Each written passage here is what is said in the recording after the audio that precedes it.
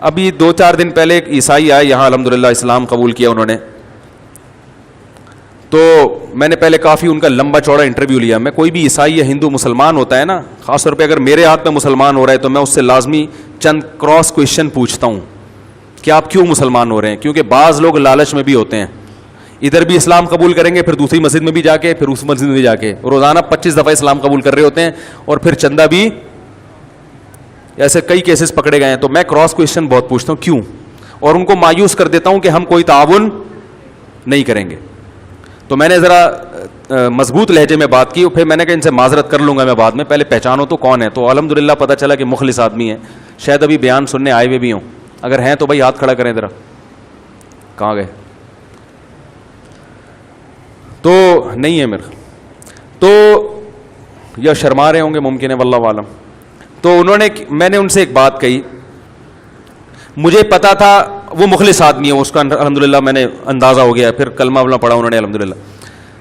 تو میں نے ان سے کہا, وہ کہنے لگے میری صرف ایک ضرورت ہے, میری صرف ایک ضرورت. ہوتا ہے نا کہ مجھے پیسے چاہیے, مجھے یہ, کہہ رہے ہیں مجھے ریئل اسلام چاہیے,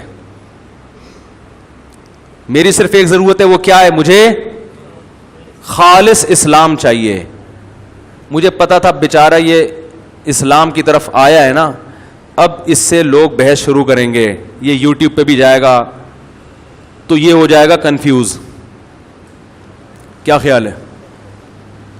تو میں نے ان کے سامنے ایک اختلاف کا خلاصہ بیان کیا, وہ میں کسی دن بیان میں انشاءاللہ بتاؤں گا, اس کی ضرورت سب کو ہے کہ امت میں اختلافات 2 قسم کے ہیں, ان اختلافات میں پڑھنا ہے, ان اختلافات میں نہیں پڑھنا. جن میں پڑھنا ہے ان میں کس طرح سے رہنا ہے, کیا لب و لہجہ ہونا چاہیے. یہ کچھ اختلاف ایسے ہیں جو اسلام کے اندر ہیں, اس سے انسان اسلام سے باہر نہیں نکلتا. تو الحمدللہ بڑا ایک وہ مطمئن ہوئے, اور اللہ کرے کہ اللہ ان کو استقامت, بڑی قربانی اللہ ان کو استقامت عطا فرمائے. ایسے بہت سے لوگ الحمدللہ مسلمان ہوتے رہتے ہیں. اور ہمارے جامعۃ الرشید میں بعض علماء الحمدللہ اندرون سندھ بہت کام کر رہے ہیں.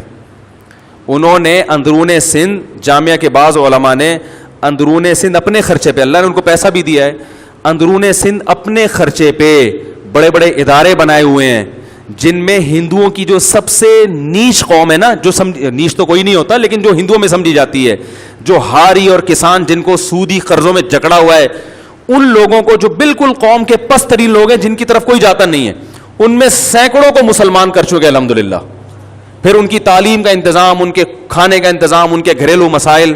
تو بہت سے لوگ الحمدللہ چھپے رستم ہیں جو دنیا کے سامنے نہیں ہیں. مجھے بھی نہیں پتا تھا, حالانکہ میرے دوست ہیں وہ جو یہ کام کر رہے ہیں.